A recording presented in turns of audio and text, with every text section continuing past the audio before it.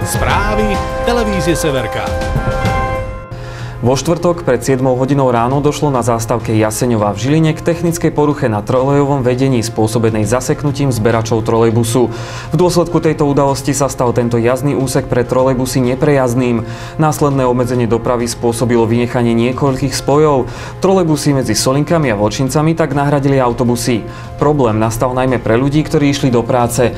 Podľa mesta totiž nebolo možné nahradiť dopravu v plnom rozsahu a tak tí, ktorí čakali na zastávke, mohli len čakať ďalej, či náhodou pre nich nepríde niektorý z autobusov.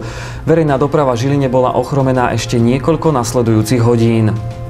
Severka, televízia Severného Slovenska. Denne nové spravodajstvo z miesta obcí, v ktorých žijete, pracujete, kam chodíte na rekreáciu či za priateľmi. Žiadajte u každého dobrého operátora. Televízia Severka.